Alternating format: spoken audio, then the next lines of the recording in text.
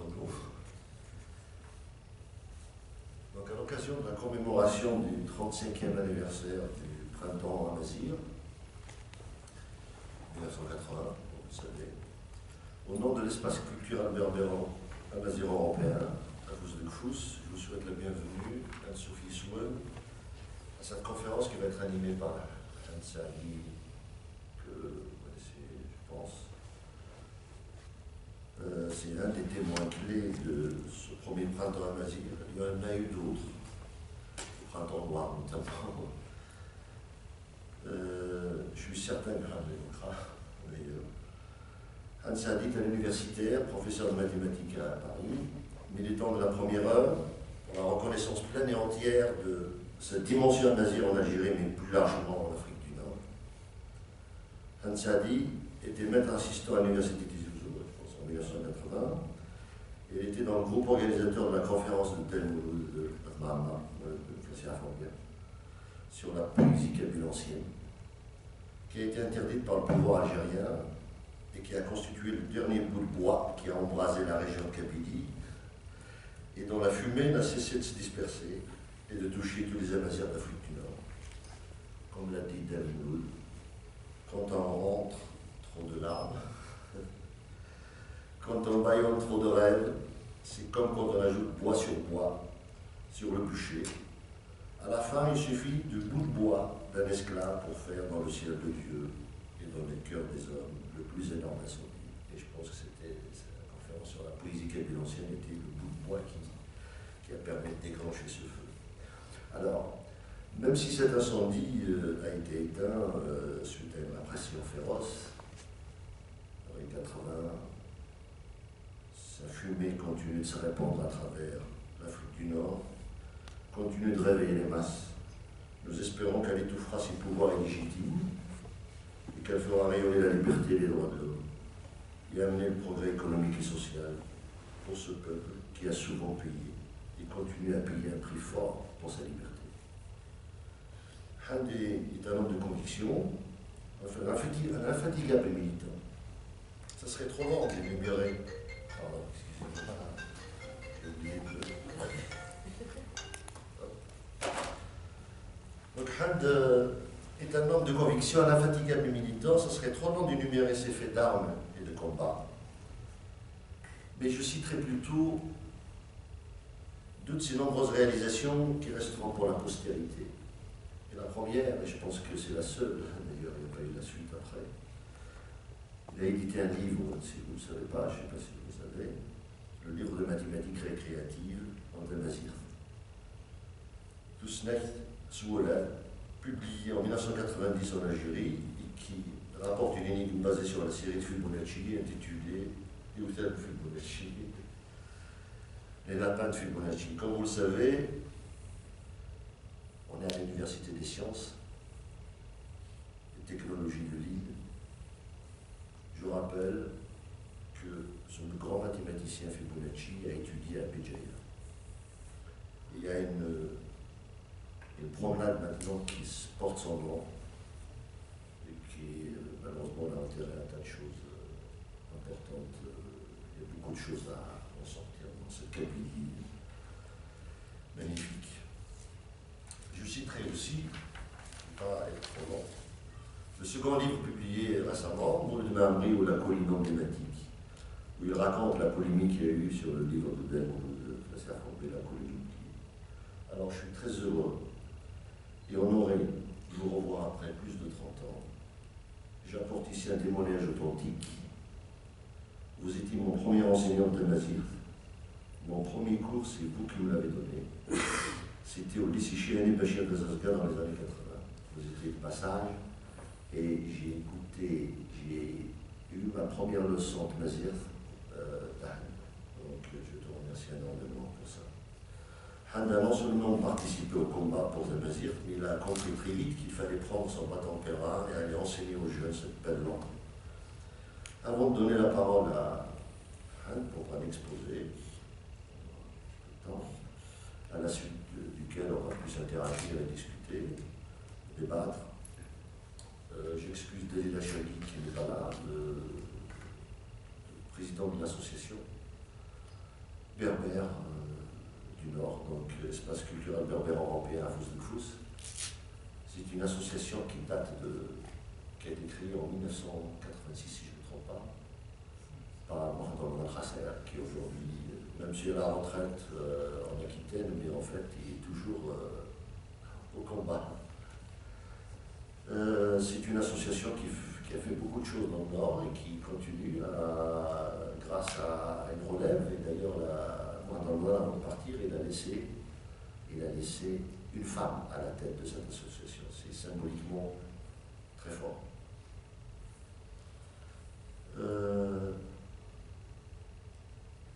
Il a envoyé un message, je vous le passerai tout à l'heure, où il s'excuse de ne pas être là, mais il vous transmet ses amitiés. Donc, Hamid, je vous laisse la parole. D'abord, je suis très touché par cette invitation qui intervient après 35 ans maintenant. Et je crois que le fait de marquer cette date, 35 ans après l'événement, est en soi un événement. Et je crois qu'un peu partout en Afrique du Nord, c'est ce printemps de 1980 qui a ouvert l'histoire pour le monde amazigh. Je pense qu'à partir de là, de nouvelles perspectives se sont ouvertes. Je ne dis pas que ça a réglé les problèmes, mais au moins ça a ouvert à nouveau les portes pour un monde que l'on croyait définitivement enterré. Alors on m'a demandé, je vais essayer de répondre à la demande qui a été formulée dans cette intervention, de faire un survol historique, ce que je ferai tout à fait volontiers, et laissant pour la partie échange, débat, la question des perspectives qui s'offrent à nous aujourd'hui. Mais je pense que, s'agissant de la question à Mazir, la question qui est fondamentalement une question idéologique, il faut comprendre un petit peu pourquoi ce rapport de force nous a été de tout le temps défavorable, alors que plein de circonstances sont offertes à nous au cours de l'histoire, sans que jamais on ait pu déboucher concrètement de manière positive. Sans remonter à l'Antiquité, vous avez tous entendu parler de l'attentat qui a eu lieu à Tunis, et j'entendais des intervenants, notamment Serge Moati, qui a fait état de la multicularité de Tunis, de ce musée du Bardo, qui est le témoin historique de cette mémoire. Je rappelle que, personne ne l'a dit malheureusement à la télévision, que le musée du Bardo, c'est là que se trouve précisément l'inscription qui a été faite à la mémoire de Massinissa par son fils Dipsa, qui est la seule inscription officielle en langue amazigh et qui remonte à 138 ans avant Jésus-Christ. Voilà, je ne vais pas aller aussi loin par cette anecdote. Donc cette inscription qui est en tifila est au musée du Bardo. Souhaitons qu'il échappe à la destruction qui s'est emparée, la folle destruction volontaire, le travail de destruction qui s'est emparé en ce moment des revues islamistes.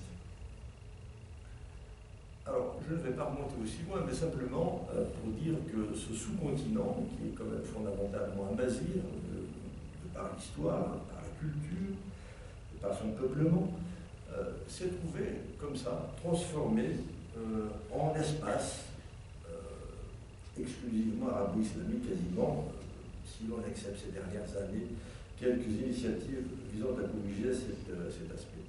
Alors, je ne vais pas remonter à l'Antiquité, mais simplement au début du XXe siècle, où l'on a vu naître les nations au sens moderne du terme, que sont les trois pays qui composent aujourd'hui l'Afrique du Nord au sens restreint, c'est-à-dire la Tunisie, l'Algérie et le Maroc. Et je voudrais signaler un fait qui mérite d'être souligné, à savoir que le mouvement de décolonisation au niveau planétaire a été commencé sous forme de guerre, vraiment de décolonisation, par le combat d'Abdelkrim dans la Rif. Abdelkrim a fait une guerre qui est restée dans les annales, en tout cas de cette histoire, et qui a inspiré en particulier Ho Chi Minh, Mao Tse-tung, quand ils eux-mêmes se sont lancés à sa suite dans le mouvement mouvement de décolonisation. Abdelkrim, qui a en 1921 remporté des batailles qui font date, en neutralisant plus de 16 000 soldats espagnols pour une seule bataille, en faisant la prise de plusieurs centaines de canons et d'armements lourds. Et surtout, il a proclamé une république. C'était le premier État issu d'un mouvement de décolonisation qui a été proclamé,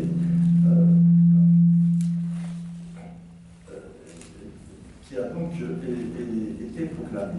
Abdelkrim n'a pas eu le temps, évidemment, par la suite il y a eu une coalition franco-espagnole qui l'a réduit.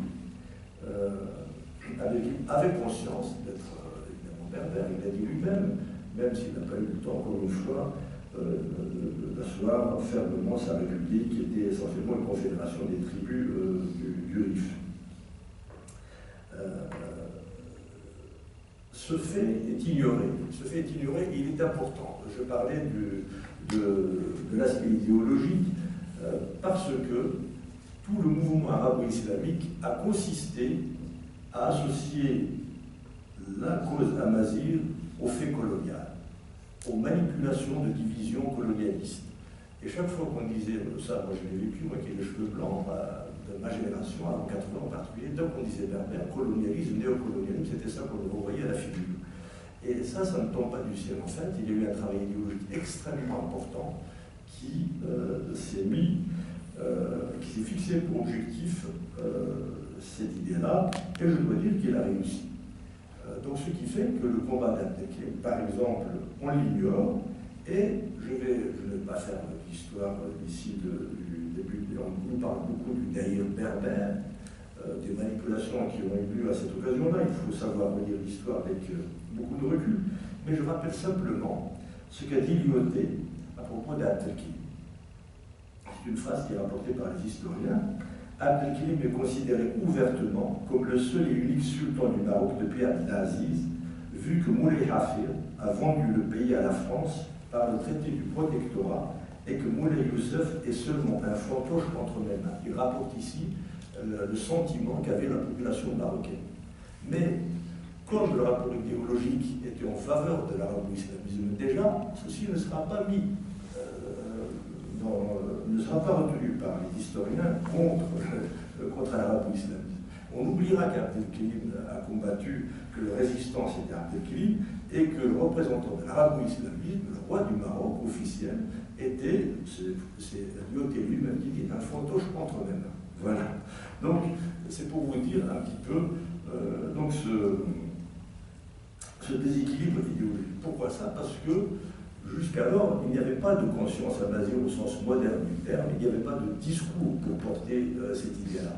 Alors que pour l'arabo-islamisme, il y a eu notamment le travail fait, qui est gigantesque, par Jamal Din Afrani, à sa suite de Mahmoud Abdou, Jamal Din Afrani, qui est à qui on soit d'accord ou pas avec lui, il faut lui reconnaître des qualités exceptionnelles, et notamment, c'est lui qui a remis en scène l'idée de l'islam et l'arabo-islamisme aussi, par la force des choses, en l'insérant dans la modernité. Et il y a une polémique célèbre avec Ernest Renan, ce qui n'est pas rien, où Jamal Din Afrani a déstabilisé Renan. Une lettre célèbre qu'il a rédigée en français même, parce que Renan a essayé de dire que tout ce qui est islamique appartient à un passé révolu. Et Jamal Din Afrani dit au monde de quoi vous écoutez, condamné, privé d'avenir, 100 millions d'âmes, comme si le christianisme n'avait pas lui non plus connu des œuvres obscures, etc., etc. Donc il a su trouver le moyen d'actualiser cette idéologie. C'est ce qui nous a manqué. C'est ce qui nous a manqué. Il y a eu des tentatives éparses, mais qui n'ont jamais pu être rassemblées, synthétisées, et de manière à provoquer une synergie qui puisse se traduire dans les mouvements politiques. C'est quand même aberrant que dans les faits, le mouvement de décolonisation, que ce soit en Algérie ou au Maroc, ait été en gros, le fait de population essentiellement berbérophone. Et ça l'est particulièrement en Algérie, puisque l'étoile nord-africaine, qui a été créée justement à cette époque de la guerre du Rif en 1926, a été le fait d'ouvriers kabyles, qui étaient tous qui militaient tous au sein du parti communiste français. Et à l'époque, l'internationale communiste était favorable au mouvement de décolonisation, ce qui explique donc que des ouvriers comme Sidjilani en particulier ont été représentés, les Algériens, au congrès anti-impérialiste de Moscou en 1921. Et je n'ai pas rencontré Sidjilani malheureusement, mais j'ai connu des témoins qui aujourd'hui sont décédés, ont assisté au retour de Sidjilani, qui leur racontait très fièrement, il se bouche l'armée, cette parfumette, j'ai serré la main de Staline, quand il était donc à Moscou pour défendre l'idée d'indépendance de l'Algérie avant déjà donc, la création de l'étoile nord-africaine. Et cela n'empêchera pas, quand l'étoile nord-africaine sera créée de manière officielle, qu'elle revendiquera la langue arabe et qu'elle ne mentionnera pas la langue amazigh. Dans des objectifs très courts, qu'elle se fixe, elle parlera de langue arabe et pas de langue amazigh. Et de la même manière, ce poids, cette culpabilité d'être berbère, kabyle, tout ce qu'on voudra, était si forte qu'il a fallu l'arrivée en 1925 à Paris d'un arabophone pour qu'il soit propulsé à la tête de l'étoile nord-africaine dans la personne de Moussali El-Hadj. Alors que plusieurs années auparavant, je le disais à l'instant, ces ouvriers étaient suffisamment organisés pour envoyer des délégués jusqu'à Moscou. Ils n'ont pas attendu, contrairement à ce qui se raconte ici ou là, l'arrivée de Moussali El-Hadj pour s'organiser. Mais par contre, l'arabe islamiste bénéficiait de tout un discours qui était en plein essor et qui avait évidemment un support extrêmement important. Ces militants-là, qui avaient le courage d'affronter une des puissances majeures de l'époque, dans un combat qui allait aboutir à une guerre de libération nationale, à une guerre de lutte armée, n'avaient pas un discours à même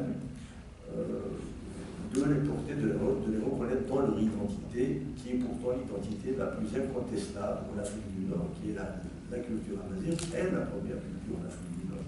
Aujourd'hui, la langue nationale, quand on parle de langue nationale, c'est la première langue nationale de manière incontestable, si on regarde, au regard de l'histoire, si on élimine les rapports de force idéologiques. Je rappelle d'ailleurs qu'aujourd'hui, si vous lisez des livres d'histoire qui rapportent un célèbre discours de Moussali El-Hadj en 1936 à Ruisseau, à Alger, des prises de parole étaient faites en kabyle à ce meeting, et j'ai rencontré des gens qui ont assisté à ce meeting, et Moussa Ouirabah, qui est quelqu'un qui a milité ici dans le Nord, qui était un des fondateurs de l'étoile nord-africaine, a été présenté comme quelqu'un qui allait intervenir en notre langue nationale, le kabyle, et ce qui a complètement bouleversé le stade, parce que sans doute que l'assistance de ce public au stade de Ruisseau à Alger était majoritairement, évidemment, berbérophone. Bon, des témoignages comme ça, il y en a plein. Alors, on m'a demandé d'intervenir de parler de la crise de 49, donc je vais y aller assez rapidement. Cette crise de 49, c'était le moment où la question amazigh a été posée justement de manière explicite dans le mouvement national. Et elle s'est terminée par ce qu'on appelle la crise berbériste, par une bagarre entre militants. Alors la bagarre a eu lieu surtout en France. Elle a duré 18 mois, ça n'est pas rien. Elle a opposé donc les partisans de l'Algérie algérienne, comme on les appelait à l'époque, aux partisans de Moussali El-Hadj. Alors, comment est venue cette crise? il faut dire qu'il y a eu un travail qui a été entamé à l'initiative d'un jeune lycéen, qui est mort d'ailleurs au Maquis, qui est le premier résistant nationaliste à décéder au Maquis. C'est celui d'Alela Emesh, il est mort à l'âge de 21 ans, en 1946, en clandestinité au Maquis. Et autour de lui, il y avait évidemment son chef politique, qui était Wali Benet, qui était le chef du district de la Kabylie, qui regroupait, semble-t-il, les 2/3 des militants du PPA de l'époque. À côté de lui également, il y a Wali Benet qui sera liquidé par la suite pour Berbéry pendant la guerre de libération nationale. Et il y avait également Ould Hamouda Ammar, qui est le cousin de Aït Hamouda Amirouche, mais Ould Hamouda Ammar était connu aussi pour son implication dans ce courant berbériste. Ce groupe a pris contact avec de jeunes intellectuels kabyles, en l'occurrence Sadr Hajas, Yahya Amnil et Mbolb Hussein, pour rédiger un petit mémoire, parce que c'est le seul texte qu'on a à propos de cette crise de 49. C'est un texte qui s'appelle Vive l'Algérie, et ce texte a été rédigé lorsque Msali Hadj a fait un mémoire qu'il s'apprêtait à envoyer à l'ONU, où il faisait démarrer l'histoire de l'Algérie avec l'arrivée des Arabes. Donc ce groupe d'étudiants ont rédigé un mémoire pour faire d'abord l'histoire d'Algérie telle qu'elle est, en disant que les historiens latins, grecs ont déjà parlé des rois berbères, des rois nord-africains, qui ont porté à un certain niveau une certaine civilisation globale et qui ont fondé des villes, des capitales importantes, à l'instar de Massinissa dont on parlait à l'instant même. Et ils n'ont pas, évidemment, renié la période islamique, mais ils n'ont pas gommé cet aspect anti-islamique. Et ils ont donné, je vais vous lire ce travail absolument remarquable, mais qui a été étouffé dans l'œuf par la direction du PPA. Ils se sont posé la question de qu'est-ce qu'on peut appeler une nation, au sens vraiment comme des universitaires se l'imposent au jour d'aujourd'hui. Et vous savez qu'à l'époque, il y avait essentiellement deux conceptions de la nation. Une conception autour des idées de Renan, qui est le vivre ensemble, dont on parle aujourd'hui encore. La volonté d'une nation, c'est d'abord des gens qui ont envie de vivre ensemble et qui ont un passé commun, aussi un projet partagé. Et il y a la conception allemande, essentiellement développée par Fichte, qui est plus ethnique, plus linguistique, en disant un peuple, c'est d'abord un peuple qui, la nation allemande, c'est partout là où on parle allemand. Alors évidemment, on comprend très bien, dans le cas français, l'intérêt de ce débat, c'est l'Alsace-Lorraine, qui était germanophone, et donc si on suit la conception de Fichte, l'Alsace-Lorraine est basculée de l'autre côté. Tandis qu'on dit que c'est des populations qui parlent une langue germanique, mais qui veulent vivre avec la France. Et donc ces jeunes, qui étaient manifestement au courant de ce débat-là, on parle comme ça. Il est donc faux de poser la langue comme un indicier des points nobles, non pas que ce facteur, quand il existe, ne vienne pas renforcer ce qu'on appelle nation, mais cela n'arrive pas toujours, et cependant ces nations gardent une cohésion remarquable, ce facteur linguistique étant chez elles non plus un facteur de division, mais un facteur de diversité, d'enrichissement du patrimoine national. Or, ces éléments existent, ce sont, alors pour eux, qu'est-ce qu'ils font d'une nation? Le territoire, et j'insiste, l'économie, le caractère national qui se traduit dans le mode de vie, la mentalité et la culture. Quatrième point, le culte d'un même passé et le souci d'un même avenir. Et ces principes donc, ont été expliqués dans une brochure qui fait presque une quarantaine de pages, et ils avaient une notion absolument très, très ouverte. D'abord pour eux, ils disent qu'ils voient la berbérité non pas, évidemment il s'agit de, je précise, des militants du PPA qui étaient partisans de la lutte armée avant 1954. Donc c'était plutôt l'aile radicale du PPA. Donc on pouvait difficilement leur dire vous êtes pro-colonial. Donc voilà, ce sont ces gens. Et ils voient la berbérité non pas comme un facteur de division, mais au contraire comme le ciment de un passé commun. Et l'histoire nous a laissé trace de cette vaste patrie de Massinissa et d'Ignatunov, des frontières de séparation plus factices que réelles, renforcées seulement par le colonialisme dans des buts de division, un joug commun, des aspirations communes, voilà qui plaît largement en faveur d'une coopération toujours plus étroite du Maroc, de la Tunisie, de l'Algérie. Donc vous voyez vraiment un avenir nord-africain. Et ils font référence à la nation irlandaise. D'ailleurs, cette nation irlandaise reviendra beaucoup aussi chez Alban Norman.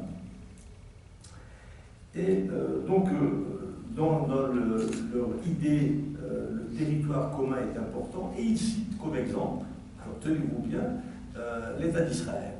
Il dit voilà, il y a eu cette histoire de sionisme qui reste une idée abstraite, et c'est à partir du moment où cette communauté juive a eu un territoire qu'elle a véritablement constitué une nation. Cela ne veut pas dire, évidemment, qu'ils étaient anti-palestiniens, contrairement à ce qu'on a tenté de leur faire dire par la suite.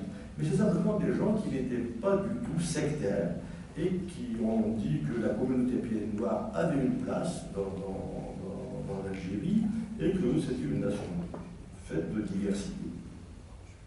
Donc voilà, et c'est ce texte qui vaudra à Sijilani, dont je parlais tout à l'heure, d'être battu par les nervis de la direction du PPA parce qu'on avait soupçonné de dissimuler des exemplaires de cette brochure, et c'est cette Hajar qui m'a raconté ça, son matelas a été éventré à coup de poignard parce qu'il avait mis des brochures voilà, là-dedans. Et lui-même, cette Hajar, a failli être massacré à cause de cette brochure.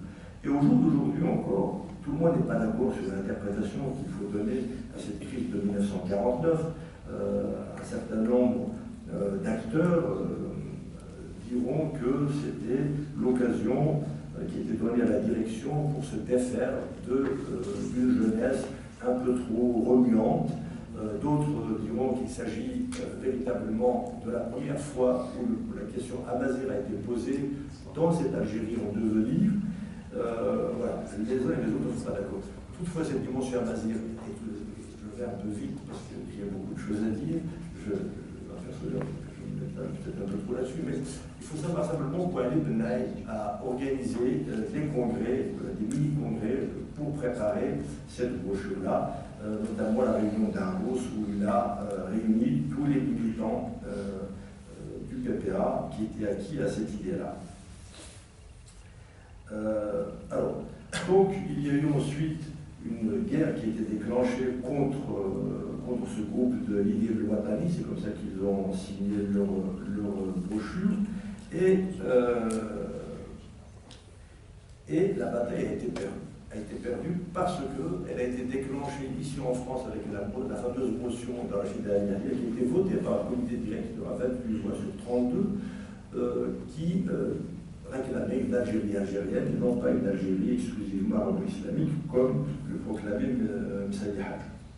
Le mouvement avait, dans sa majorité, dans sa direction, adopté cette motion, et c'est Msaïd qui après envoie ses nervis, et c'est ça qui a donné lieu donc, à cette bagarre. En fait, il n'y a pas eu de débat. Dès que la question Amazigh a été posée, le problème a été étouffé dans l'œuf, et ça s'est réglé à coup de poing. Et c'est comme ça que le siège de la rue Bisson du PPA a été repris. Il a fallu 17 mois de bagarre entre militants pour que la direction reprenne en main cette affaire-là. Alors, l'ami a évoqué à l'instant un livre que j'ai consacré, je ne vais pas en parler là parce que c'est un autre sujet, mais c'est dans cette suite qu'il y a eu une polémique contemporaine aujourd'hui qui est assez considérable autour de la publication du roman de Mouloud Bangui, qui sera, vous savez, le principal acteur de ce printemps Amazigh, et à l'occasion de la sortie de son premier roman qui s'appelle La Polymouli.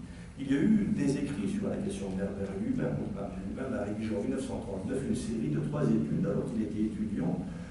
Qui sont parus dans la revue Agdal. Il y a eu Jean Amrouche qui a publié des études remarquables, notamment une préface à ces chants berbères du Kabylie où il pose la question linguistique et où il a vraiment inscrit cette production populaire dans le patrimoine universel de la littérature, de cette poésie, avec une étude absolument magnifique.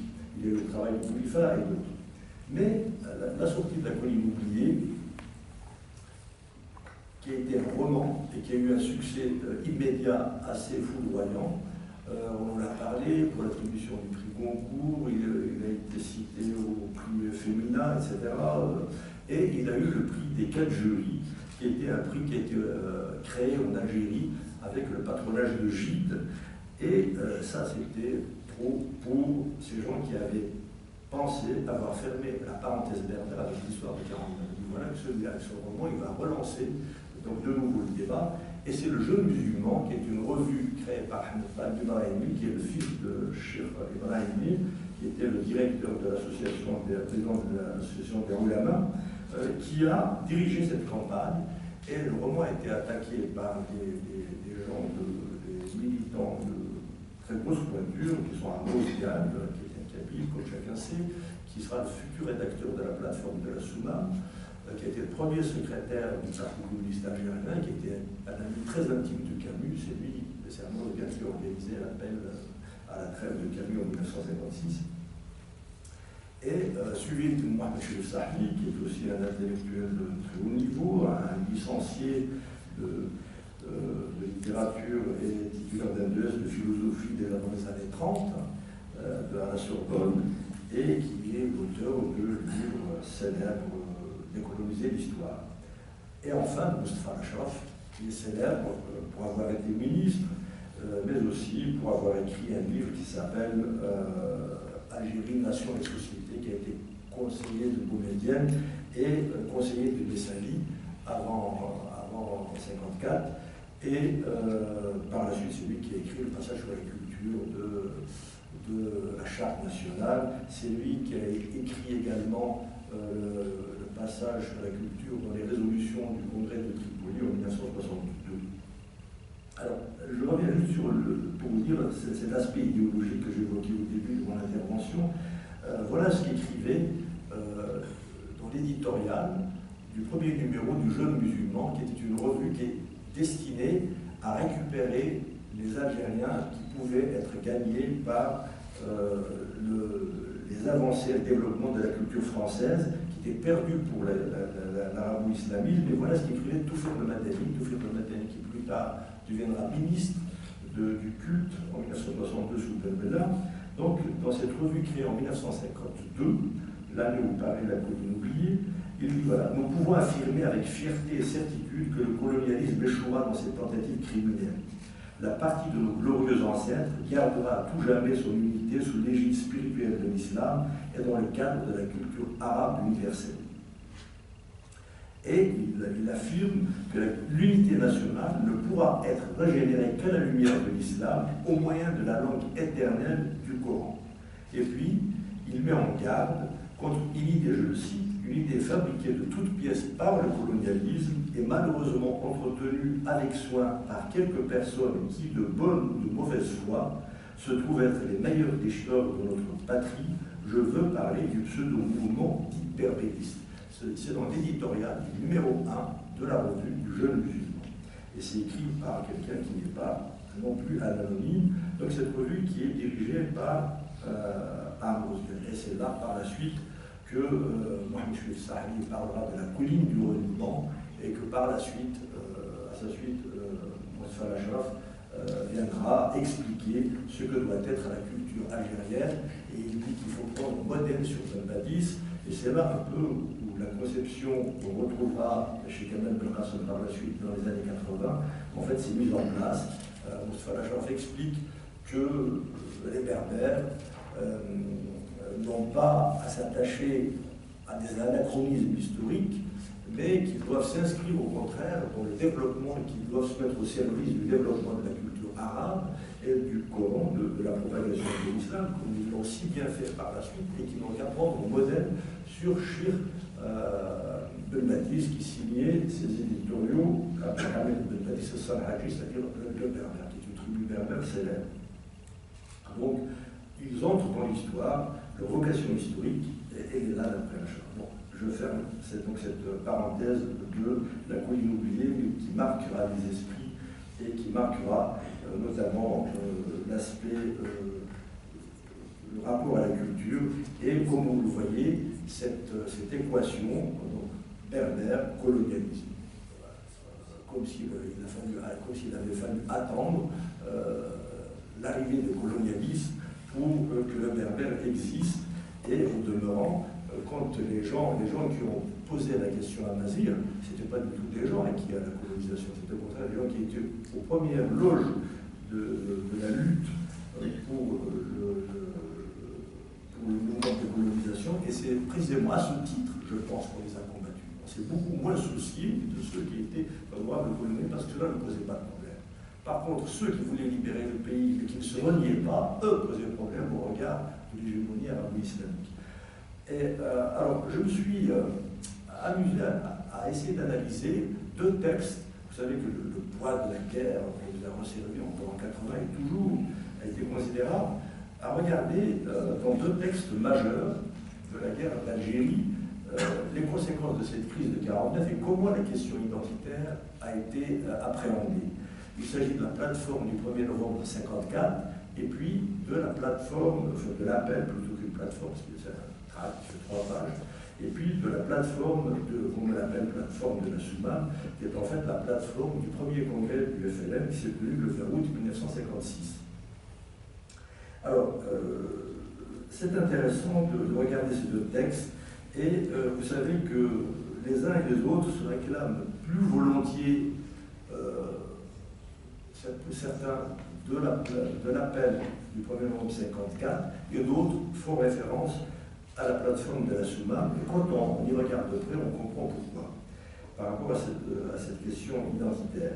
Alors, l'appel de 1954, je commence par ce texte, est un appel qui est adressé à tous les Algériens, je cite, de toutes les couches sociales, de tous les partis et mouvements purement algériens qui ont la possibilité de s'intégrer dans la lutte de libération sans autre considération. Cet appel a été fait au lendemain d'une crise qui avait opposé ce qu'on appelait les centralistes, les gens du comité central, MCD, je ne m'attarde pas là-dessus, et c'est en gros un petit groupe en fait marginal au niveau de la direction du PPA qui a lancé cet appel. C'est la dynamique de la guerre qui leur a donné raison. Ils étaient ultra minoritaires quand ils ont lancé cet appel à la guerre. Et je pense que effectivement l'intervention d'Herman Armas, c'est une aventure qui aurait tourné court, parce qu'il y a eu les maquis du MNA de Messali qui combattaient les combattants du FNL, et c'est Abel qui a fédéré toutes les autres forces autour du FNL. C'est comme ça, notamment, que les Olama ont finalement accepté le mot d'ordre d'indépendance, alors qu'ils étaient là, jusque-là, ils étaient assez réticents. Je signale pour mémoire, s'il y a ici des étudiants qui s'intéressent à cette question, que j'ai interviewé Bachir Boumaza sur la question de 1949, qui a pris part de l'autre côté contre les dissidents, il était du côté de la direction, et dans la conversation, il m'a dit que Ben Baptiste était partisan de l'apartheid, il n'était pas partisan de l'indépendance, mais que son modèle, c'était l'apartheid de l'Afrique du Sud. L'apartheid n'existait pas encore en tant que tel, mais il était déjà mis en place par les sociétés qui exploitaient le pays à l'époque. Et parce que pour lui, il fallait simplement protéger l'islam, la pratique islamique, mais que cela se fasse sous la tutelle politique de la France, ne le dérangeait pas plus que ça. Et il y a la trace, je n'ai pas été voir, mais ce serait intéressant de voir. Il semble que le premier éditorial de Bassayar, qui est le journal des Ulama, fait exactement part de cette thèse-là. Et il a fallu, c'est Bachir Boumaza qui me dit ça, il a fallu une délégation du PPA pour lui dire de laisser tomber ces idées qui sont des idées rétrogrades et inadmissibles pour des gens qui prêchent l'émancipation du peuple algérien. Je ferme la parenthèse, donc il a fallu à Bananda pour que les Olama soient formellement acquis avec le ralliement au FLN en 1956, 2 ans après le déclenchement de la guerre, à l'idée d'indépendance. Alors, donc, que dit donc cette plateforme, cet appel du 1er novembre? Alors, cet appel du 1er novembre dit ce qu'il veut, c'est la restauration de l'État algérien souverain, démocratique et social dans le cadre des principes islamiques. Et aussitôt après, on dit Point 2, ça c'est le premier point. Point 2, le respect de toutes les libertés fondamentales sans distinction de race au pluriel et de confession. Alors, on ne comprend pas très bien si on prend confession au pluriel et les principes islamiques. Donc tout ça n'est pas très cohérent.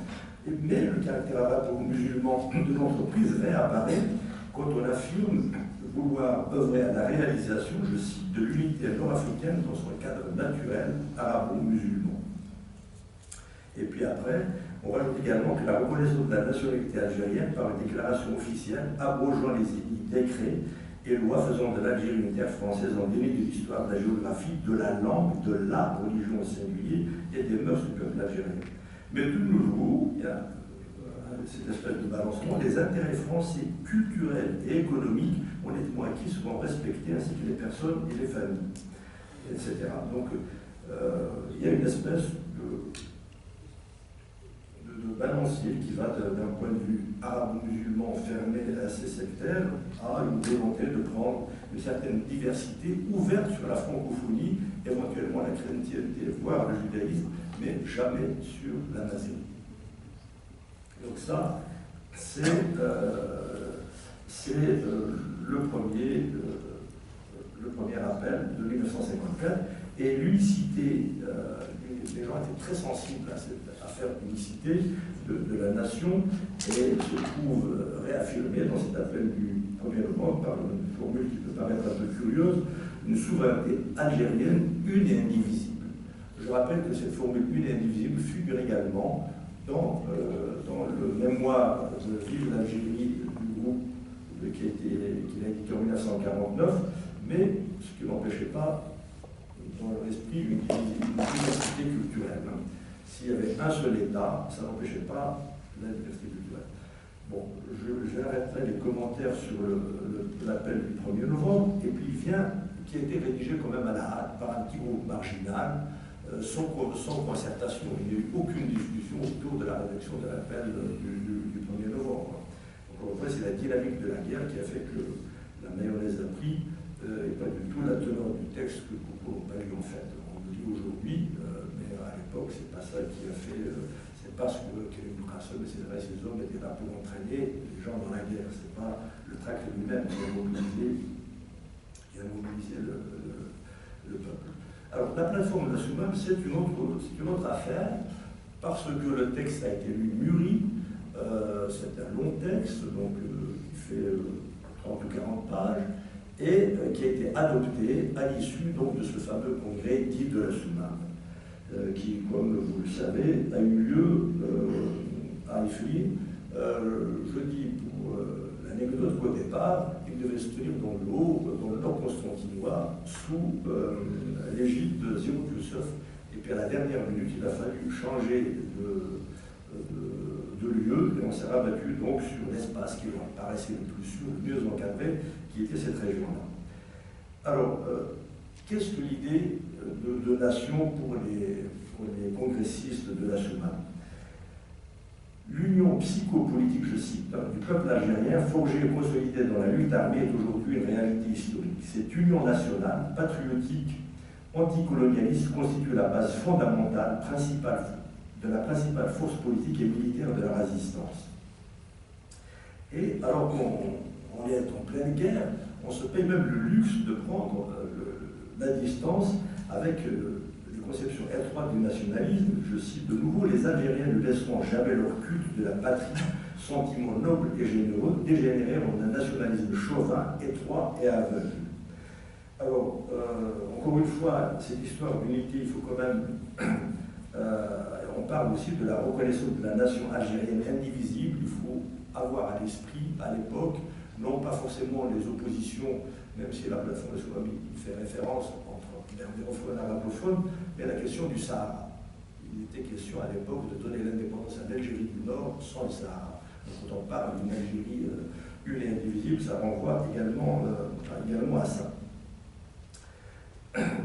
Et le mot berbère également ne figure qu'une seule fois dans la plateforme de la Soumam, et le mot arabe, je crois, une ou deux fois d'ailleurs, c'était pas tellement le problème, et le mot berbère de manière négative. Il figure dans la phrase suivante. Alors, C'est pour dénoncer la vieille chimère des affaires indigènes séparant artificiellement les Algériens en berbères et arabes hostiles. Et puis, plus loin, on déplore que l'arabe, langue nationale de l'immense majorité des Algériens, ait été étouffée. Mais retenons quand même qu'ils ne disent pas la langue arabe, unique langue nationale. Langue de l'immense majorité des Algériens. Mais c'est surtout sur la question de l'islam qu'il y a voilà, un véritable fossé entre l'appel du 1er novembre et la plateforme de la Soumane. Alors, on ménage un peu les ulama parce qu'on vient de les gagner à l'idée d'indépendance en disant que l'impérialisme français a combattu le mouvement progressiste des ulama pour donner son appui total au maraboutisme domestiqué par la corruption de certains chefs de confrérie, mais cependant, sur le fond, il ne leur a fait aucune concession idéologique, parce que, voilà ce qui est écrit, la ligne de démarcation de la Révolution ne passe pas entre les communautés religieuses qui peuplent l'Algérie, mais entre d'une part les partisans de la liberté, de la justice, de la dignité humaine, et d'autre part les colonialistes et leurs soutiens, quelle que soit leur religion ou leurs conditions sociales. Et puis on est même plus explicite, c'est une lutte nationale pour détruire le régime anarchique de la colonisation et non une guerre religieuse. C'est une marche en avant dans le sens historique de l'humanité et non un retour vers le féodalisme. C'est enfin la lutte pour la renaissance d'un État algérien sous la forme d'une république démocratique sociale et non la restauration d'une monarchie ou d'une théocratie révolue. Alors, ça c'était en 1956 en pleine guerre. Quand on voit ce qui est devenu aujourd'hui que la première constitution après l'indépendance, on nous dit l'islam, religion d'État, on se dit bien qu'on a fait du chemin, mais à l'envers. Et concernant les minorités, là aussi, on peut lire, toujours dans le texte de la plateforme, la révolution algérienne n'a pas pour but de jeter à la mer les Algériens d'origine européenne, mais de détruire le colonialisme humain. La révolution algérienne n'est pas une guerre civile, ni une guerre de religion. Vous voyez, de nouveau, ça revient. La révolution algérienne veut conquérir l'indépendance nationale pour installer une république démocratique et sociale garantissant une véritable égalité entre tous les citoyens d'une même patrie sans discrimination. Et quant à la communauté juive, par exemple, il y a tout un appel qui est adressé spécialement à cette communauté qui fait plus d'une page. Et voilà ce qu'on peut lire. D'abord, la minorité juive a été particulièrement sensible à la campagne de démoralisation du colonialisme. Et on dénonce le régime de Vichy qui a déporté des juifs, etc. Et on dit que les juifs d'Algérie, s'ils s'engagent maintenant, on les appelle à s'engager dans cette guerre de libération car ils ont droit à leur part de bonheur dans une Algérie indépendante.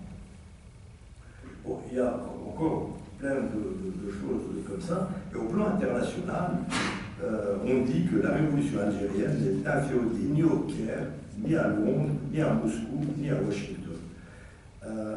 Et ce n'est pas hasard si Benbella dénonce cette plateforme de la Soumane, parce que Benbella est précisément l'homme des Égyptiens qui voulait mettre évidemment la main sur la direction du combat algérien. Cela dit,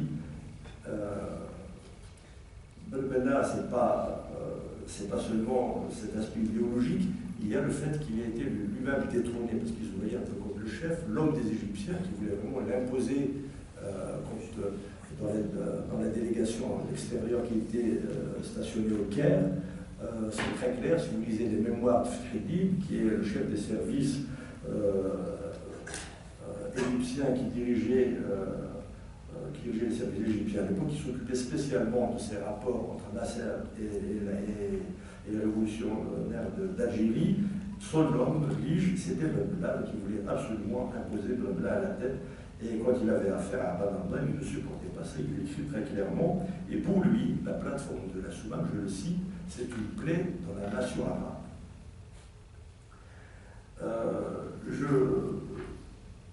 J'arrête simplement sur cette plateforme de la Soumane sur laquelle il y aura beaucoup de choses à dire. Benbella, évidemment, règle ses comptes avec Aban, qui lui conteste son rôle de chef. Et Aban, qui est alors, Benbella dit que tout le monde n'était pas présent à la Soumane. Assoumam, mais il n'y avait pas les frères de l'Oranie, ni ceux du Constantinois, hormis le nord constantinois, ni ceux de l'extérieur. En fait, de l'extérieur, ils étaient invités à venir. On leur a proposé de se faire parachuter soit en Libye et puis de rentrer par les Aurès, ou bien de se faire parachuter vers le nord constantinois. Et on a ironisé par la suite sur le fait que cette délégation extérieure, qui était toute faite de chefs qui avaient dirigé l'os, avait trouvé les moyens tout seuls de sortir, mais n'ont pas su comment faire pour rentrer et rejoindre le combat à l'intérieur des frontières. Donc, Aben s'en prend, je le cite, une lettre qui est antérieure à ce congrès de l'Assoumam, parce qu'Aben s'y faisait des communiqués de presse en signant représentant de l'ALN au Caire, de l'Armée de Libération Nationale au Caire. Voilà ce que Aben lui écrit en 1955, le 4 novembre 1955, c'est-à-dire un an après le déclenchement de la guerre. Si Ben Bella est vraiment l'auteur de cette lettre, il mérite la pendaison. Pendant que nous sommes dans la mer, excusez-moi, mais c'est la lettre d'Aben, je l'ai dit tel quel jusqu'au cou, et que nous jouons nos têtes tous les jours, monsieur complot de ce point déjà pour Gamal Abdel Nasser. Savez-vous que nous avons déjà reçu un tract du Caire au nom de l'Armée de Libération Nationale et signé Ahmed Ben Bella, représentant au Caire de l'Armée de Libération. Vous pensez bien que nous ne l'avons pas reconnu. Nous sommes contre tout ce qui peut rappeler, de près ou de loin, le culte de la personnalité. Ben Bella n'est pas le représentant de l'ALN au Caire, pas plus d'ailleurs que Boudia, Faïd Ahmed, Yazid, Lahwa, etc. Vous êtes des patriotes immigrés au Orient. Le FLN et l'ALN vous ont chargé d'un travail à l'extérieur, c'est tout. Évidemment, on comprend bien que Ben Bella, ce genre de courrier ne soit pas de son goût et il prouve quelque part. Par la suite, ce comportement, évidemment, d'Aben, qui était très intransigeant, primauté de l'intérieur sur l'extérieur, etc. Et puis, il leur a dit que tout ce qu'ils attendaient, on attendait d'eux, c'était qu'ils envoient des armes et que sinon on pouvait rentrer et mourir avec eux. N'était pas du goût de cette délégation extérieure. Et quand un an après, en 1957, il y a de nouveau une réunion du CNRA, il est mis en minorité, Aben est mis en minorité, et seul Slimane Dahilas continue de le soutenir, et on revient au principe islamique, et on mettra en cause aussi la suprématie du politique sur le militaire. On dira c'est le militaire qui passe devant. Ce sont évidemment des questions qui pèseront très lourd sur le devenir de l'Algérie. Ce qui fait que par la suite, en 1962, pour nous en tenir à cette question identitaire, il n'y a eu aucune difficulté à voir la langue arabe adoptée comme langue nationale unique le 12 juin 1963 par l'Assemblée nationale à l'unanimité. C'est en tout cas le vote qui a été enregistré. Et le combat de la majorité va devenir extrêmement dur dans les années post-indépendance. Pendant la guerre, les résistants qui étaient soupçonnés de berbérisme, même s'ils n'activaient pas, ont été liquidés, même lorsqu'ils ont été parmi les premiers résistants, à l'image de Ali Benaï, qui était l'homme qui avait procuré au Parti nationaliste ses premières armes à l'occasion du débarquement américain. C'est Ali Benaï qui a fourni au PPA ses premières armes pour la lutte de libération nationale, qui a armé les maquis de Kabylie, et bien lui-même sera liquidé, comme sera liquidé au Hamouda, comme sera liquidé au Bakia et tant d'autres, parce que soupçonné de berbérisme. Donc, cette question sera tabou, et j'ai des souvenirs quand j'étais au lycée, par exemple, dans l'après-indépendance ou à l'université, où prononcer le seul mot de berbère, c'était faire un acte de dissidence. Et c'est dans ce contexte-là que Moulmaoui continuera à enseigner la langue berbère de manière, du coup, est tolérée, mais jamais autorisée officiellement, entre midi et 2 heures, et c'est des étudiants qui le suivaient de manière en dehors de tout cursus universitaire. Moi, j'étais inscrit aux mathématiques, je suivais ce cours, d'autres faisaient l'économie, de la médecine ou des choses comme ça. et il n'avait aucune existence légale en fait ce coup. Et à Paris sera créée une académie berbère à laquelle avait adhéré Mohamed Kasser, que j'ai connu là-bas, votre ancien président de l'association Afous de Fous. Donc je profite pour saluer à mon tour. Mais cela sera extrêmement marginal. Je me souviens des premiers cours de Moujbamri auxquels j'ai assisté moi-même. En arrivant à Alger en 1968, on était parfois 4 ou 5 élèves. À un moment donné, je ne sais pas ce qui s'est passé d'ailleurs, vers la fin, au début des années 70, subitement, le nombre d'étudiants a augmenté. Et à un moment donné, donc, les gens ne tenaient plus dans une salle, il a fallu occuper un amphithéâtre. Et à partir de ce moment-là, on en met 10 miettes. Donc on arrête les cours parce que là, ça devenait. Donc il s'agissait de 5-6 étudiants, ça pouvait passer. Mais dès lors que cela se comptait par centaines, évidemment, ça n'était pas admissible. Toujours ici, donc Manouri arrête ce cours en 1973.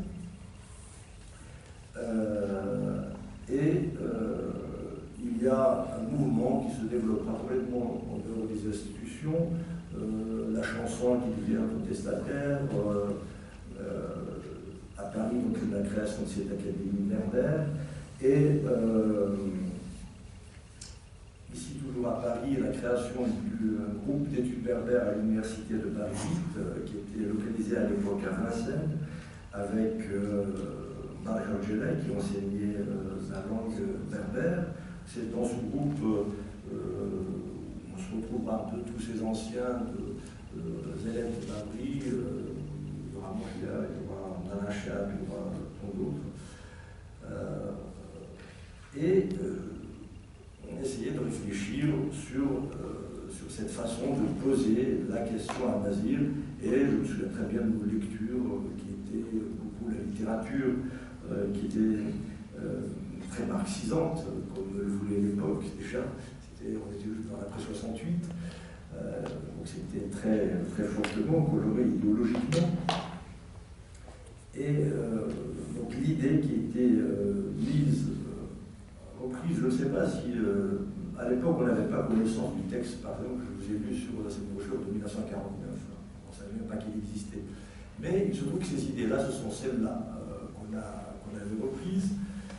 C'est un Marc qui théorise tout ça avec Kateb Yassine. En gros, il y a 2 langues d'Algérie, c'est l'arabe algérien et le berbère, qui sont les langues du peuple. Et au-dessus, il y a les langues de la classe dominante qui sont le français et l'arabe classique. Voilà, c'était un peu le schéma qui, évidemment, correspondait à la division sociale marxiste.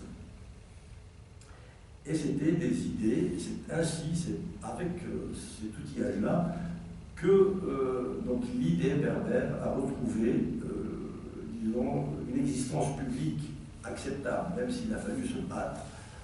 Par exemple, à Vincennes, je me souviens que des gens venaient saccager le petit local qu'on avait, et je crois bien qu'une fois, d'ailleurs, l'ancien président de la Tunisie, Mazoré, que j'ai connu par la suite, s'était mis de la bagarre contre vous. Il y avait des basistes qui voulaient nous empêcher d'enseigner le berbère. Par exemple, on avait fait une demande pour intégrer le département des langues orientales ou sémitiques, je ne sais plus quelle était la dénomination de l'époque. Il y avait essentiellement des Algériens, d'ailleurs Mohamed Arpoun, que beaucoup d'entre vous connaissent. Il y avait Jamal Belchir également, notre agrégé d'arabe. Et puis l'enseignant d'hébreu, et Mohamed Arpoun, qui ne voulait pas s'exposer, se compromettre en soutenant le berbère, s'est tenu un peu en retrait. Et le jour où le débat devait avoir lieu, il a produit un certificat médical. Il n'a pas assisté au débat. Et s'est retrouvé Jamal Belchir qui était violemment hostile, et l'enseignant d'hébreu également, qui ne voulait pas entendre parler de berbère. Il était d'accord, l'hébreu et l'arabe, pour une fois, ça marche bien ensemble, sur le dos des berbères. Voilà. Et donc, en fait, on s'est retrouvé dans le département des langues slaves. C'est le directeur du département de slave qui dit écoutez, si vous ne trouvez personne pour vous accueillir, moi je veux bien vous accueillir de manière formelle, administrative, même si culturellement, votre place serait sans doute ailleurs. Donc c'est pour vous dire un peu l'idée, la dureté des temps, hein, tout ça, c'était des gens, des intellectuels de haute volée. C'est mal dit de ma chère, c'est quelqu'un qui passe pour un esprit très ouvert. Mais il était violemment, très très violemment, au point de terroriser un compte qui n'osait même pas l'affronter dans une réunion administrative dans une université française. Pour vous donner, ça c'était en 72-73. Voilà un peu comment le problème se posait à l'époque. Et c'est ce qui explique en tout cas que quand le mouvement des 80 éclate, les idées dominantes, c'était celles-là. Les idées dominantes, c'était celles-là. Et par exemple, les banderoles, malheureusement, qu'on ne peut pas lire, c'est les langues algériennes, arabes algériens et tamazight. Il n'y a aucune banderole de 80 qui mentionne uniquement tamazight. C'est toujours arabe algérien et tamazight.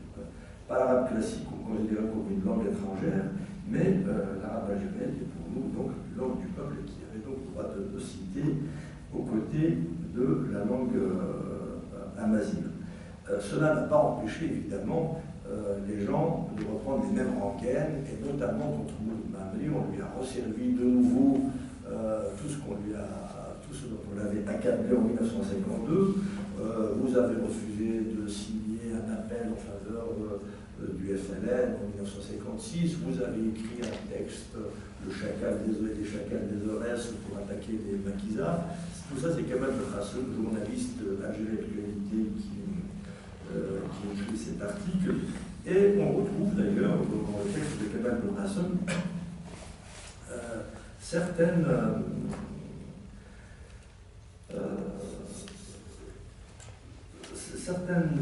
disons, consonances du discours de l'Achraf. Je n'ai malheureusement pas le temps de m'y attarder, mais parle de valeurs arabo-islamiques accueillies, les bras ouverts, y compris en Kabylie, etc., qui font écho à la culture, à l'idée de la culture en tout cas. Mais ce qui est intéressant, voilà ce que dit Kamal Belkacem: les vérités d'un Kateb Yassine ou d'un Malik Haddad, mais s'ils ne font pas l'unanimité, sont des actes de foi patriotique, un désir profond de communier. Voilà, il oppose Kateb Yassine à Mouloud Mamri. Je ne le cite pas parce que j'en parlerai dans un instant. Et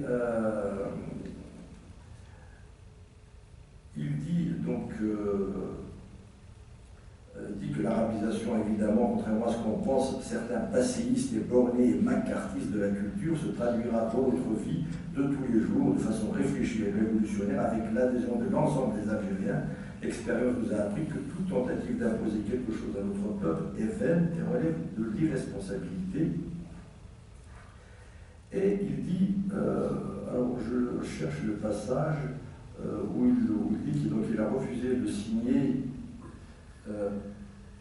un appel, pas rapidement, mais c'est pas important. En tout cas, il l'accuse explicitement d'avoir refusé de signer un appel en faveur du FLN en 1956 et d'avoir écrit un tract, un texte dans l'écho d'Alger, je crois, les chacals des Aurès contre le FLN. Bon, Mamri répond: Al-Moujahidine d'abord refuse de publier. Le droit de réponse en était encore sous le parti unique, et puis il n'y avait pas, c'était la seule presse qui existait. Pour la petite histoire, je dis que, mais ça je l'ai appris beaucoup plus tard, j'ai moi-même rencontré Mohamed Yazid par la suite, qui m'a confirmé cette fait. Et bien en 1956, Mohamed Mamri, donc 1956, envoyait des études pour l'aider dans ses interventions à l'ONU. Et il a appelé, Kamal Belkacem en disant: c'est honteux ce que tu viens d'écrire, il faut absolument rectifier. Évidemment, Kamal Belkacem ne rectifie rien du tout. Et j'ai cité tout à l'heure ce passage concernant Kateb Yassine qui l'oppose à Mamri comme étant l'illustration de la foi patriotique. C'est que quelques années après, plus exactement 5 années après, Kateb Yassine, qui n'a pas sa langue dans sa poche, dans une interview au Monde, dira « Je ne suis ni arabe ni musulman ». Et évidemment, là, il a eu droit à la volée de bois vert du même Kamel Rassoul dans les mêmes journaux, en disant « Voilà quelqu'un qui renie sa patrie, qui sera vendu, etc. etc. » Donc les gens n'ont pas. Et aussi pour la petite histoire, c'est que Mamri et Kamel Bessir sont aujourd'hui enterrés tous les deux en Algérie. Kamel Rassoul, lui, est enterré à Marbella, en Espagne, parce qu'il a acheté une résidence là. Voilà ce que je Bon. La mise au point de Mamri vaut vraiment est un document absolument historique que je vous encourage à lire. Mamri, qui d'habitude est très réservé, très jamais, il n'aime pas du tout la polémique. C'est la seule fois où je l'ai vu vraiment de plein pied comme ça se poser à quelqu'un. Et il le mouche vraiment de fort belle manière, en lui expliquant ce qu'est la culture algérienne, cette poésie kabyle, qui pour lui est celle de tous les Algériens. Et là aussi, ce document vaut le coup d'être analysé pour dire un peu la perception qu'on avait de cette identité berbère, et ça peut peut-être rejoindre un débat actuel. En tout cas, à l'époque, c'était l'idée que la culture berbère, qu'on soit berbérophone ou arabophone, ça appartient à tous les Algériens. Et c'est l'idée en particulier que défend Moul Mamri dans sa lettre. Voilà, il dit « Nous sommes cependant quelques-uns à penser que la poésie kabyle est tout simplement une poésie algérienne dont les Kabyles n'ont pas la propriété exclusive, qu'elle appartient au contraire à tous les Algériens, tout comme la poésie d'autres poètes algériens, anciens comme Ben Msir, Ben Teliki, Ben Sahla, Nardar, Ben Khlouf, fait partie de notre patrimoine commun. » Et ensuite, il dit, par contre, et c'est là où il dit « Vous faites de moi le champ de la culture berbère », eh bien c'est vrai, je suis le champ de la culture berbère, je n'ai pas à me justifier devant un primitif de votre espèce.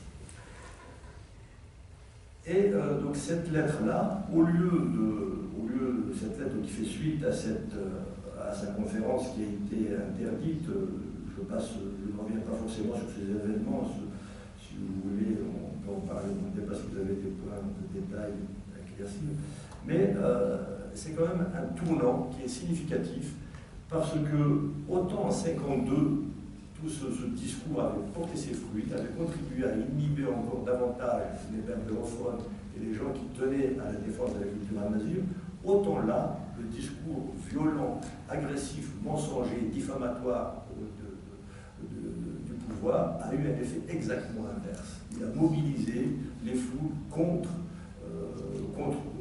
Et par exemple, la marche, il y a une photo de la marche tout à l'heure, 7 avril, on a distribué la réponse de Mamri, comme elle n'était pas diffusée par d'autres canaux, on en a fait un tract et on l'a distribué.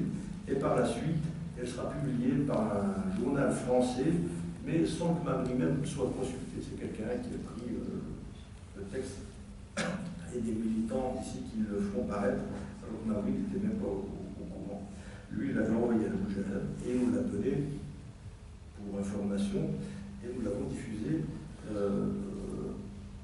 en Algérie. Et ce mouvement de 80, je dirais simplement un peu sa philosophie pour revenir sur la chronologie, c'est la première fois donc,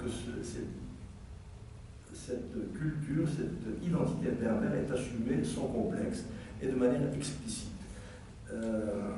publique, dans une démarche pacifique. Et c'est la première fois qu'il y a eu, par exemple, la première grève générale qui a paralysé toute la Kabylie. Je vous assure que moi, j'en ai des souvenirs très précis. Et j'en croyais, moi-même, je ne croyais pas de mes yeux, où j'ai vu tous les commerces, tous les chantiers paralysés à Tizi Ouzou. De moi, je me souviens du reporter du Monde qui était venu faire son reportage. Il m'a dit tous les rideaux étaient baissés depuis le temps du Zaïre. Il m'a dit, est-ce qu'à l'intérieur de la Kabylie c'est comme ça? Est-ce que les petits bourgs, là, on a dit oui, mais il a tenu à contrôler les papiers, il a fait tout son tour avant de faire son papier. Et c'est là, par contre, que ce tournant cette grève générale a été un tournant dans le mouvement, parce qu'au début, on disait c'est quelques étudiants, quelques lycéens, et puis ça va s'arrêter là. Et là, on a vu au contraire qu'il y a eu une adhésion populaire à cette revendication. Parce que souvent on a dit que les émeutes d'après 80, ça n'était pas une adhésion au mot d'ordre de 80, parce que les gens ont réagi contre la répression. Or, le 16 avril, il n'y avait pas de répression, c'est très important à rappeler. Il y avait un appel qui était diffusé par tract, donc évidemment on n'avait pas accès aux radios, on a utilisé les relais de l'université, et le réseau des femmes ménages qui venaient travailler, on le remplissait leur couffin chaque soir, et on repartait avec des couffins pleins de tracts dans les villages, et c'est comme ça que l'information, un appel à la grève, a circulé. Et cet appel a suffisamment inquiété le pouvoir pour justifier la venue d'Abdelhamid qui s'était déplacé. Et comme on occupait l'université, on a bloqué ces policiers qui l'accompagnaient en disant qu'à l'intérieur de l'université, c'était nous qui assumions la sécurité. Il a laissé ses filles dehors, il est rentré à l'intérieur. Et il parle, j'ai encore une photo de lui, si vous voulez enrichir votre diaporama, vous allez voir Abdelhamid sur une bonne rôle anti-finale en 80. Quand il a pris la parole, enfin, on l'a invité à s'exprimer. Et là, il nous a dit est-ce que vous inscrivez votre revendication dans la charte nationale? Parce qu'il sentait bien quand même qu'il y avait une revendication culturelle, mais qu'au-delà, et dont la réponse de ma prise aussi, ça contestait le parti unique, les gens réclamaient la liberté d'expression, etc. Donc, de manière implicite, ça allait plus loin que la stricte revendication linguistique. Et notre réponse a été nous inscrivons dans notre revendication, dans le cadre de cette revendication, voulant simplement que cette langue soit reconnue, cette langue qui est chez elle, c'est aberrant, qu'elle soit au jour d'aujourd'hui interdite. Et il a essayé ensuite le chantage classique. Vous faites les alliés objectifs des forces réactionnaires au moment où nous sommes en train de négocier les prix du gaz et du pétrole, au moment où Hassan II s'est déplacé, il a eu Giscard d'Estaing, vous déclenchez ces émeutes qui font l'affaire de la réaction. Et donc ce n'est pas le moment, quelle que soit votre population, ce n'est pas le moment. Et je me souviens que nous sommes intervenus pour dire que ça faisait 2000 ans que la Mazir était venue. Attendez, et qu'à compter de ce jour, ce sera toujours le moment et partout l'endroit pour formuler cette revendication. Et donc il est reparti un petit peu comme ça déçu, et il voulait surtout qu'on dénonce l'appel à la grève générale, évidemment ce qui n'a pas été fait. Et après la grève générale qui a été suivie, et c'est là en fait où la décision de l'assaut à l'université et à tous les centres qui étaient occupés, les usines, a été prise. Brahim nous a envoyé un telex qui était destiné au recteur de l'université. Mais comme on contrôlait toute l'université, le recteur a atterri chez moi.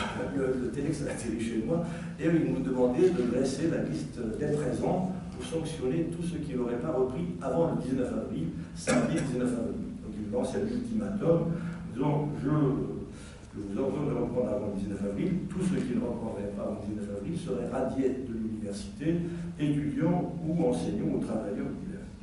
Alors je me souviens très bien du telex, c'est moi qui l'ai rédigé, et l'employé, donc je lui ai demandé si ça ne gênait pas de l'envoyer. Il m'a dit non, moi je suis un travailleur, vous me remettez ce texte devant moi.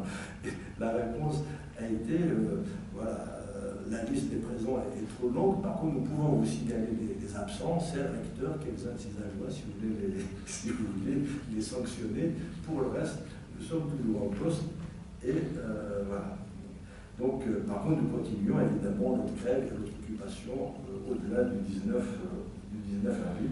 Et c'est dans la nuit du 19 au 20 avril, finalement, que l'assaut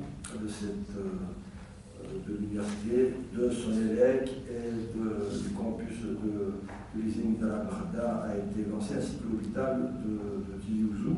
C'était assez spectaculaire comme opération de police. Mais en fait, on s'en doutait un peu, parce que le jeudi d'avant, je me souviens très bien des discours de Khatib Benjelid qu'on écoutait dans une salle.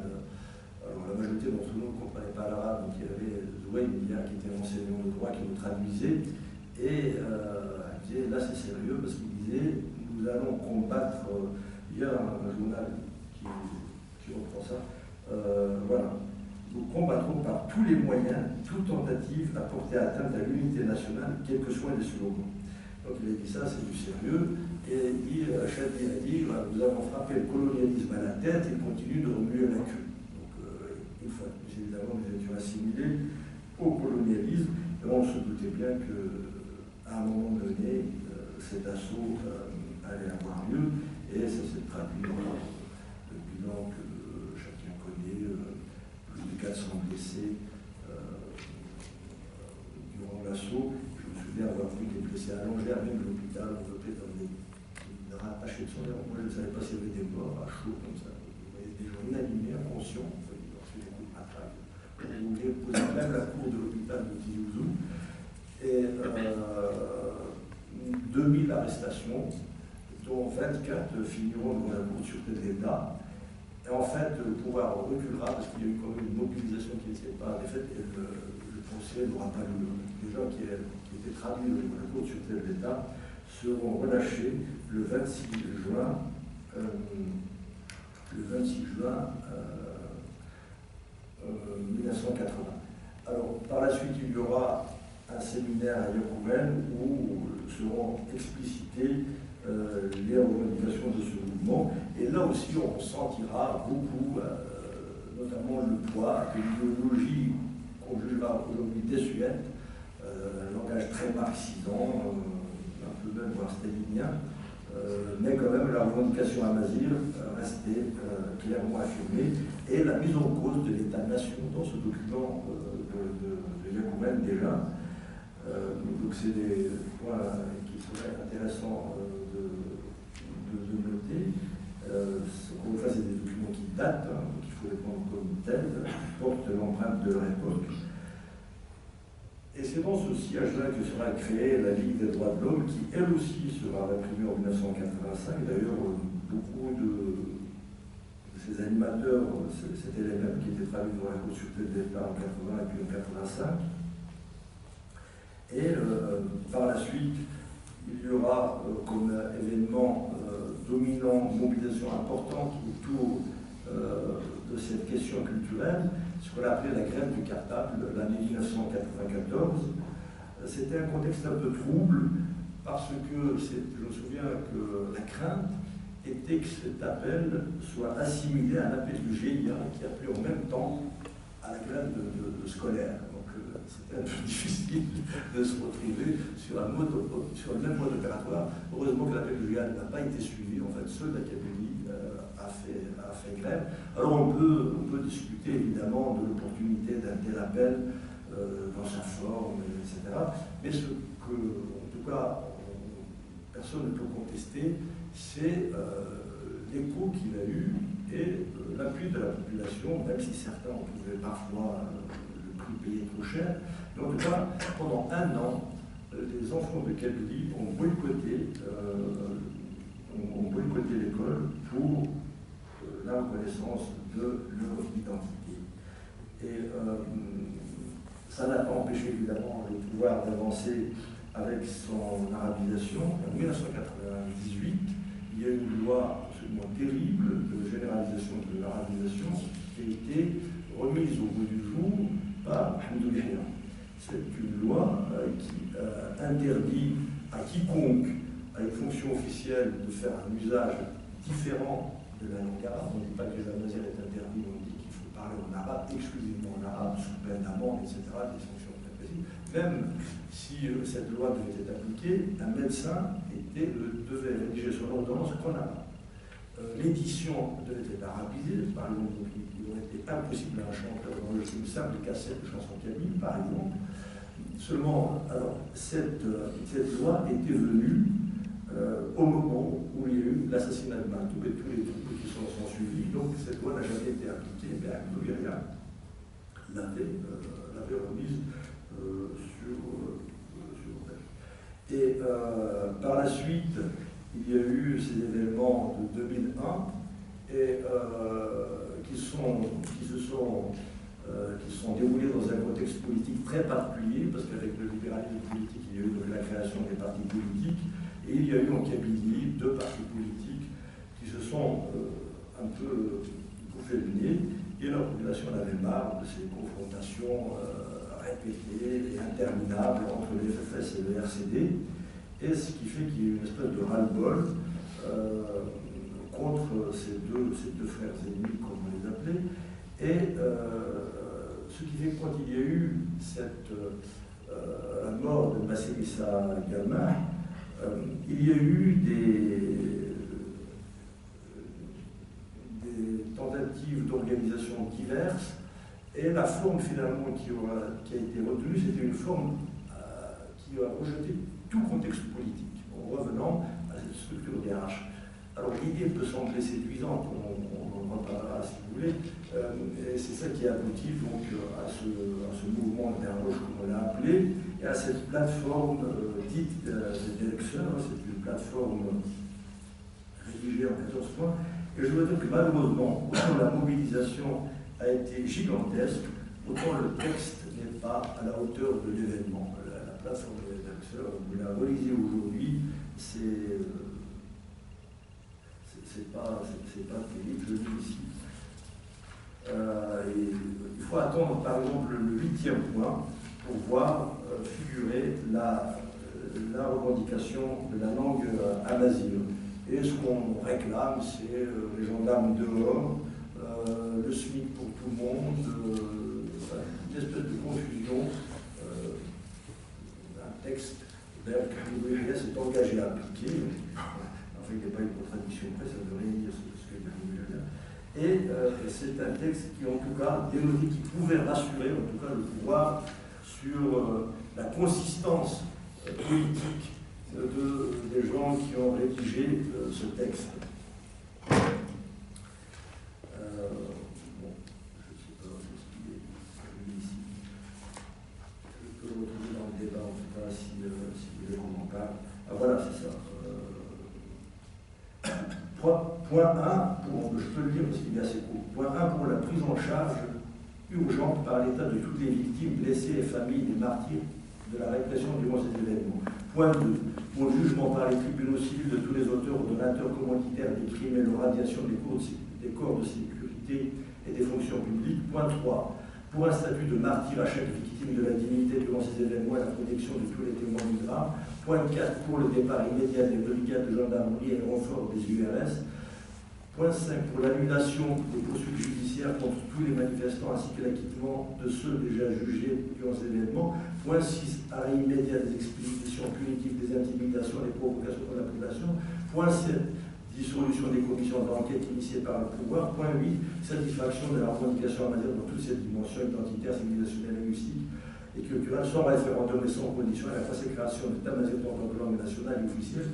Point 9 pour un État garantissant tous les droits socio-économiques et toutes les libertés démocratiques. Point 10 contre les politiques de sous-développement, de paupérisation, de clochardisation du peuple algérien. 11 la mise sous l'autorité effective des instances démocratiquement élues de toutes les fonctions exécutives de l'État ainsi que les corps de sécurité. Bon, il y en a 3 autres comme ça. Enfin, voilà, c'est pas. Mais à partir de là, par contre, il y a eu une manifestation grandiose, le 14 mai, une marche sur Alger qui a été assez gigantesque. Et puis par la suite, beaucoup de travail aux coulisses, des services, etc. Et puis par la structure même de ces mouvements-là, étaient délégués, quiconque se proclamait délégué d'Arche. Quelqu'un se lève le matin, je représente l'Arche de la forêt, l'Arche des États, la nature en avant. Donc ça ne pouvait pas aller très loin. On a vu des réunions avec des titres aussi ridicules qu'Arche des Aurès, quelqu'un qui n'a même pas dû consulter son fusain, qui vient parler au nom des Aurès. Enfin, bon, bref, c'était un peu très, très folklorique. Donc ça ne pouvait pas aller très loin. Il y a eu par contre après la création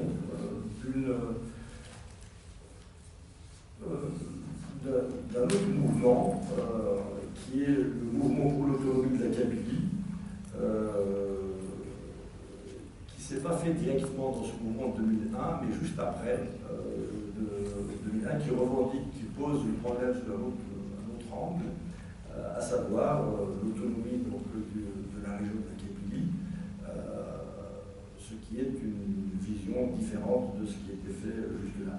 Néanmoins, ce discours n'a pas choqué plus que ça, parce que toute la rhétorique autour de l'indépendance nationale a été tellement usée, éculée par toutes les corruptions, tous les crimes, tous les qui ont été commis au sommet de l'État, qu'aujourd'hui on peut tenir absolument n'importe quel discours sans que cela choque au-delà. Et ce que je voudrais dire avant de conclure, c'est que ce mouvement de 80 a eu un impact très au-delà de la région de Kabylie et d'Algérie. Et aujourd'hui, le 20 avril est célébré même au Maroc, en Libye, dans les autres, en Algérie, dans les Aurès, dans plein d'endroits, ça reste une référence. Et par exemple, quand le Kadhafi est tombé, vous avez tous pu voir le Z flotter sur la caserne Azizia de Kadhafi, et c'était un moment absolument incroyable, on n'aurait jamais pu imaginer, en tout cas en ce qui me concerne, moi qui ai connu les Libyens de l'époque de Kadhafi et la terreur qui vivait à la seule évocation du mot Amazir, les pauvres curés. Ils éditaient une revue étudiante à Toulouse, ils nous la donnaient à nous pour qu'on la diffuse parce qu'ils avaient peur d'être identifiés. Et donc, je crois que le mérite de ce mouvement de 80 a été de rappeler cette permanence berbère. Je voudrais terminer par, on parlera par la suite des perspectives dans le débat, un petit mot de Jean Amrouche, d'un texte qu'il a écrit en 1946, qui s'appelle L'Éternel Jugurtha. Et ce texte, il faut dire, les conditions de l'époque, c'est juste après, évidemment, la Seconde Guerre mondiale, qui laissait espérer une ouverture politique, l'émancipation des peuples colonisés qui avaient aussi participé à la libération et à la lutte contre le nazisme. Et ce texte vient aussi après la répression du Sétifois. Donc ce texte qui est de toute beauté, qui est un texte assez important, à mon avis d'ailleurs le plus important qu'écrit Jean Amrouche. Voilà, je lis ce paragraphe en parlant de l'âme berbère et de cette permanence de la revendication amazigh à travers les âges. Donc il faut imaginer quelqu'un en 46 qui écrit. Cependant, Jugurtha s'applique à différer de lui-même jusqu'à la plus complète contradiction. Nul plus que lui n'est habile à revêtir la livrée d'autrui. Mœurs, langage, croyances, il les adopte tour à tour. Il s'y plaît, il y respire à l'aise. Il en oublie ce qu'il est jusqu'à n'être plus que ce qu'il est devenu. Jugurtha s'adapte à toutes les conditions. Il s'est accoquiné à tous les conquérants. Il a parlé le punique, le latin, le grec, l'arabe, l'espagnol, l'italien, le français. Négligeant de fixer par l'écriture sa propre langue, Amrouche met une note pour dire qu'il néglige le Tifinagh. Il a adoré avec la même passion intransigeante tous les dieux. Il semblerait donc qu'il fût facile de le conquérir tout à fait. Mais à l'instant même où la conquête semblait achevée, Jugurtha, s'éveillant à lui-même, échappe à qui se flattait d'une ferme prise. Vous parlez à cet époux, à un simulacre qui vous répond, acquiesce encore parfois, mais l'esprit et l'âme sont ailleurs, irréductibles et sourds, appelés par une voix profonde, inexorable, et dont Jugurtha lui-même croyait qu'elle était éteinte à jamais. Il retourne à sa vraie patrie, où il entre par la porte noire du refus. Je vous remercie.